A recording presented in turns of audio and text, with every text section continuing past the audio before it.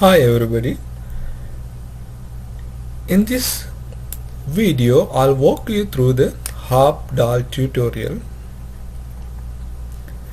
This tutorial consists of a K-means machine learning algorithm written in Harp DAA, and it has two parts. In the first part we will walk you through the K-means code written in Harp DAA, and in the second part we will use K-means to cluster a set of images. The tutorial is packaged in a Docker image, so you need to have Docker installed on your local machine in order to run this tutorial. Docker runs only on Linux machines, so you will not be able to run this on a Windows machine. The Docker image is roughly around 20 gigabytes or more, and then you will need that amount of free hard disk space in order to run the tutorial. The instructions for the tutorial can be found in the Harp source code, which is in Spidle GitHub. So if you go to this Harp source code, you will find hands-on K-means markdown file which contains all the instructions. The tutorial walk you through installing Docker, configuring Hadoop, and then running Harp DAA examples. In the first part of the tutorial, you will need to install Docker if you don't have Docker installed on your machine. So the tutorial gives you fairly simple instructions on how to install Docker, and it is recommended to go to the Docker official website and follow their instructions if you encounter any errors. I have installed Docker on my machine, so I will skip the first part of the tutorial. So in the next part we will need to download the Docker image containing the Harp DAA setup. The Harp DAA setup consists of Harp source code, Python, and then Hadoop installation. So now let's see what are the images that I have in my Docker image.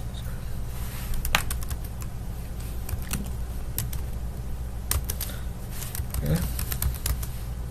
So I have already installed the Harp DAA Docker container, but you will need to install this. This will take about 30 minutes or more to install.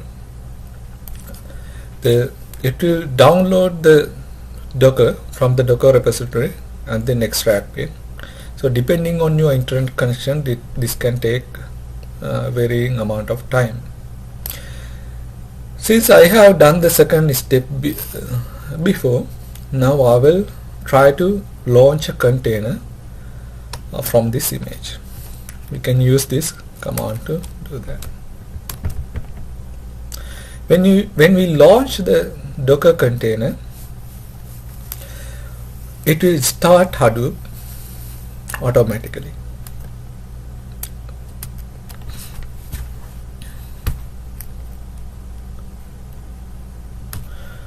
I'm going to use two terminals in this tutorial, so I need to log into the Docker image from another terminal. So in order to view the current Docker containers running, I can use this Docker ps command. After getting the Docker ID, container ID, I can use this command with the container ID to log into the Docker container. Okay, so inside the Docker container you will have, so as I said earlier, Harp source code and then Hadoop installation. The tutorial instructions describe where to find each of these uh, installations.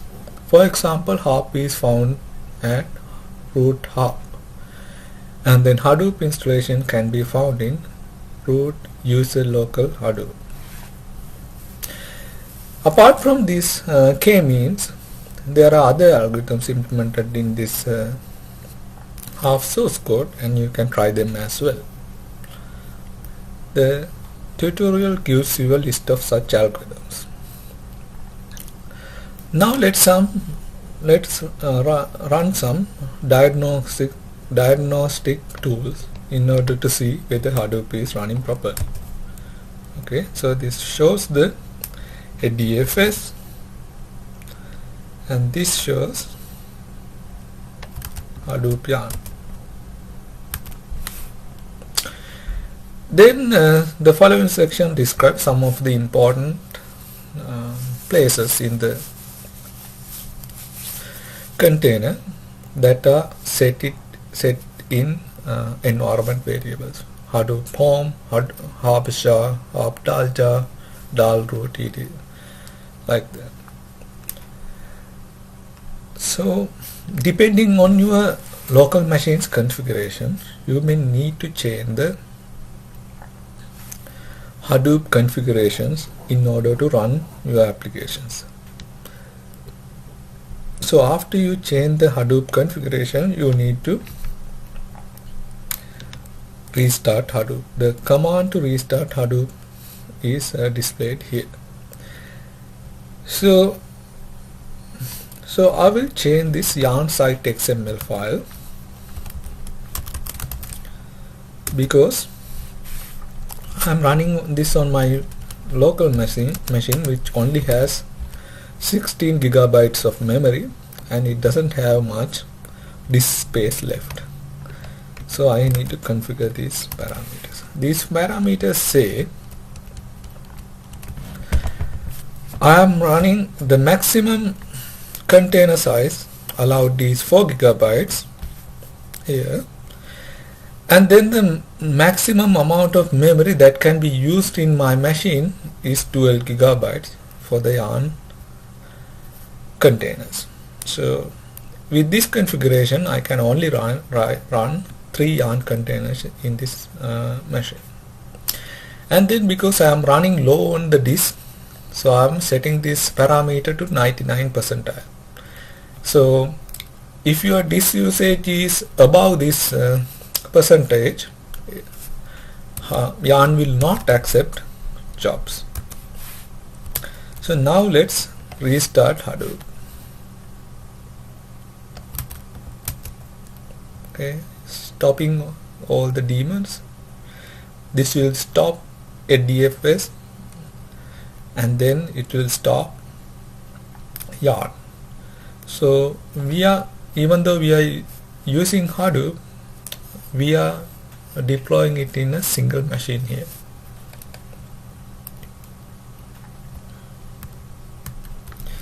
Now let's start a DFS.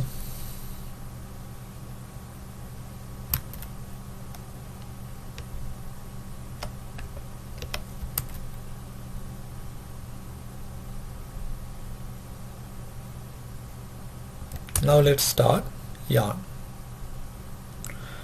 Okay, now we are ready to run the k-means program.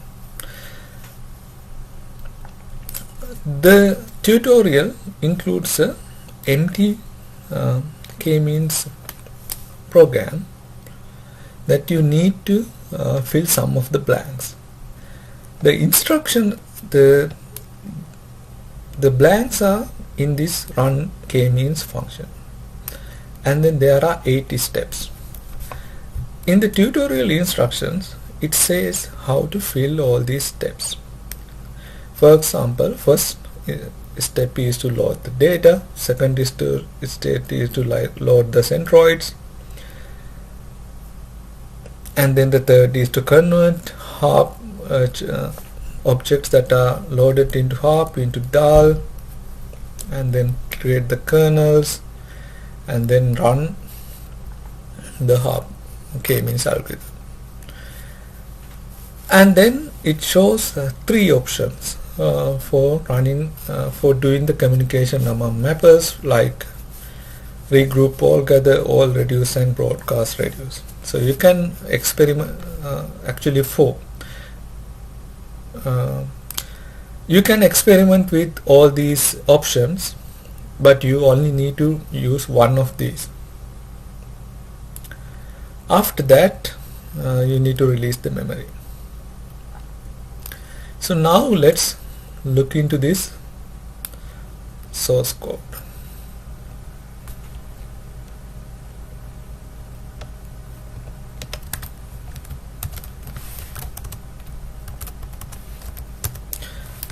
So here run k means with blanks.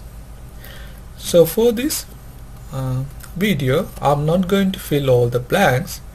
Instead, there's a function in the file that has the answer with the blanks filling.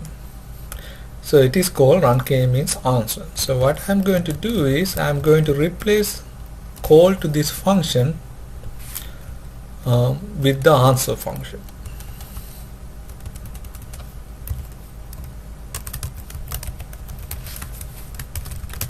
Okay. Now after that, to compile, I need to go to Harp and then use mvn command. So we are using Maven to build Harp. Okay, so it is built successfully. Now I can run it. In order to run this, we have provided an script.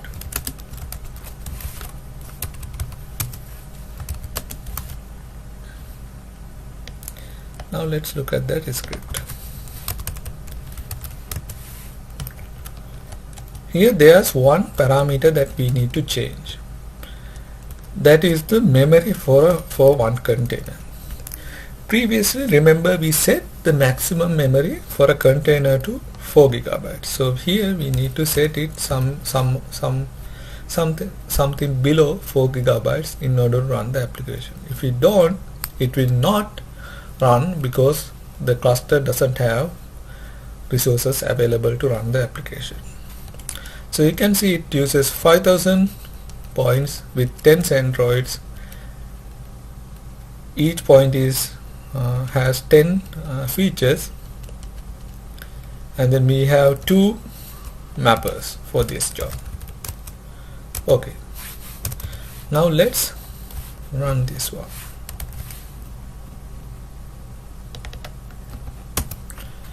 This will first create the synthetic data and then run the job using Hadoop.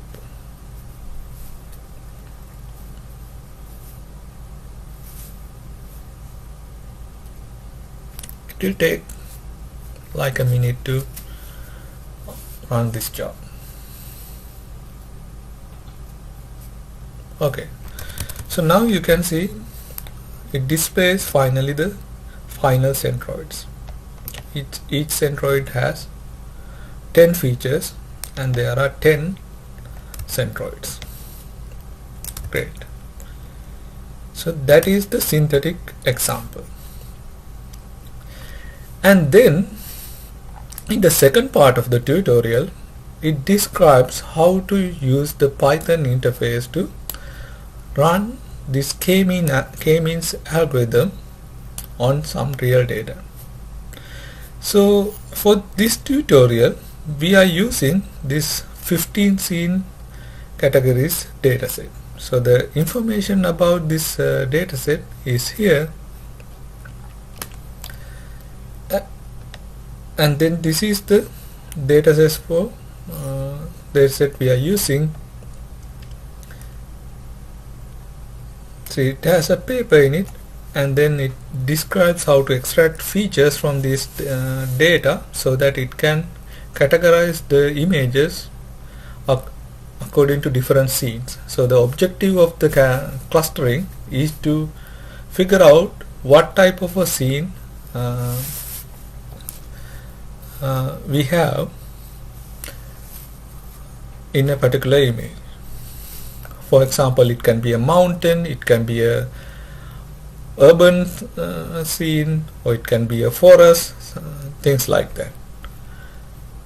So we are not doing the feature extractions or things like that here. The features are already extracted, so we are using the k-means algorithm to cluster the images.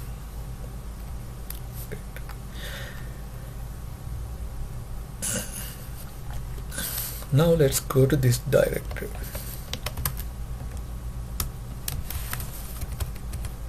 Okay, and then let's run the first one. Here we are using scikit-learn Python package to run the first run it first. So this is a single node serial implementation on scikit-learn, the same algorithm. So this has nothing to do with Harp DAA. We are doing this just to give you a comparison between scikit-learn, and which is a popular machine learning library on Python, and then Harp DAA Python. Okay, so it ran very fast. Okay, now we need to run the DAL version, which will run on Hadoop.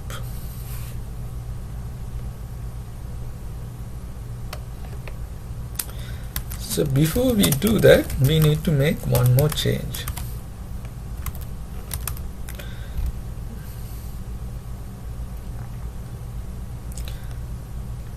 We need to change this file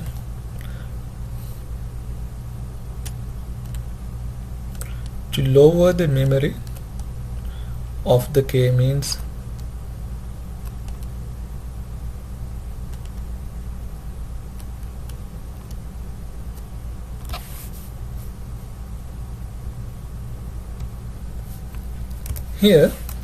here's the place where we call the, and we have to set this parameter to something less than 4 gigabytes. So we are just setting 4000, which is lower than 4098. Okay, now let's run it.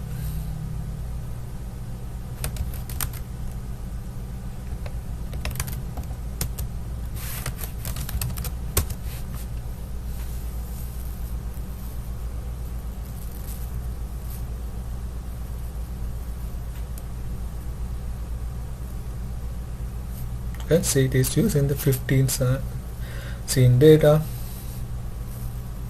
and it is running as a MapReduce job.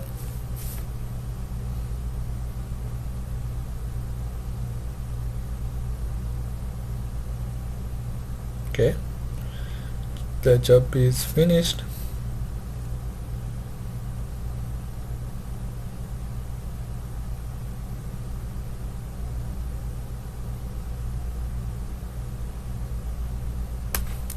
Great. Then the tutorial describes how to get, so after running these examples, it will generate a PDF file with sample clusters. So there are instructions in the tutorial on how to get that file into your local machine from the Docker container, and then view this PDF file. So here's a such file that I have downloaded from the container.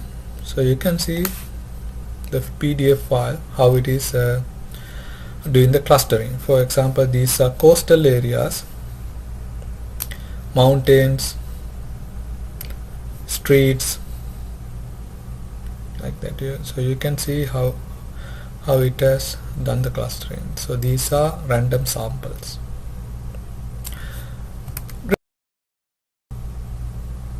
Great.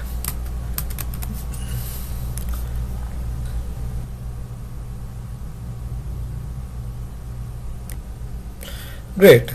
So this is the